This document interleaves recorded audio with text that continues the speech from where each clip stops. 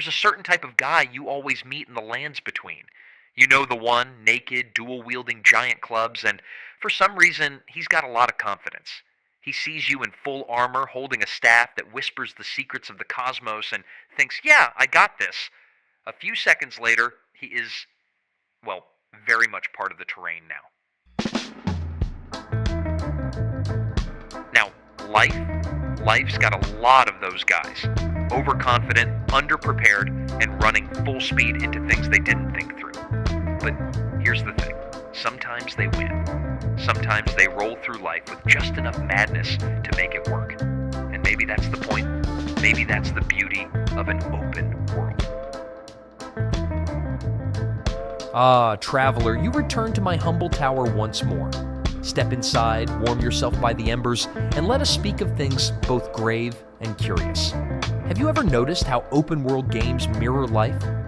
No one hands you a map with all the right answers. You wander, you make mistakes, you find a side path that leads to something beautiful. Or you take a wrong turn and end up face to face with a dragon far above your skill level. The only way forward is to learn, adapt, and most importantly, keep moving.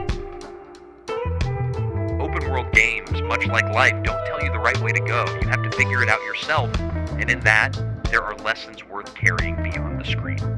First, the map is blank for a reason. In Elden Ring, you start with fog covering the map. No clear direction, no blinking quest markers, just the world waiting. And life is much the same. You don't get a guidebook on where to go, who to trust, or which path leads to greatness. You step forward, and with every step, the map fills in. The lesson? Start moving. Even if you're unsure, motion is better than stagnation. Second, there is no right order. You ever meet someone in an open world game who seems way further ahead than you? Maybe they've already got endgame weapons while you're still getting smacked around by basic enemies. The temptation is to compare, to feel behind. But the beauty of these worlds is that progress is personal.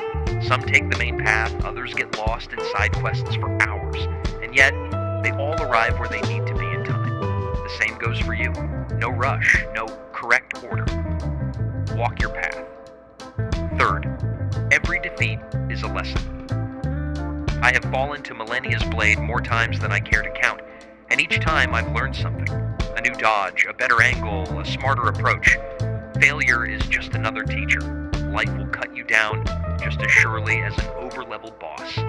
But every loss carries knowledge. If you listen, you will rise stronger. Finally, the best stories happen when you least expect them. Some of the best moments in an open-world game are the unscripted ones. The weird encounters, the accidental discoveries, the fights that become legends among friends. You can't plan them, you can't force them. You just have to be there when they happen. So stop waiting for the perfect moment. Just go, explore, and let life surprise you. So what is the lesson, traveler? That life is a game? Not quite. If anything, it is more vast, more cruel, and more beautiful than any open world ever coded. But the spirit remains the same. You are free to go where you will. The path is yours to carve. Some roads will lead to ruin, others to greatness, but none of them will move unless you do. Now, if you'll excuse me, I must continue my own journey, and if fate allows, our paths shall cross again. Until then, walk boldly, fight well, and remember to touch grace.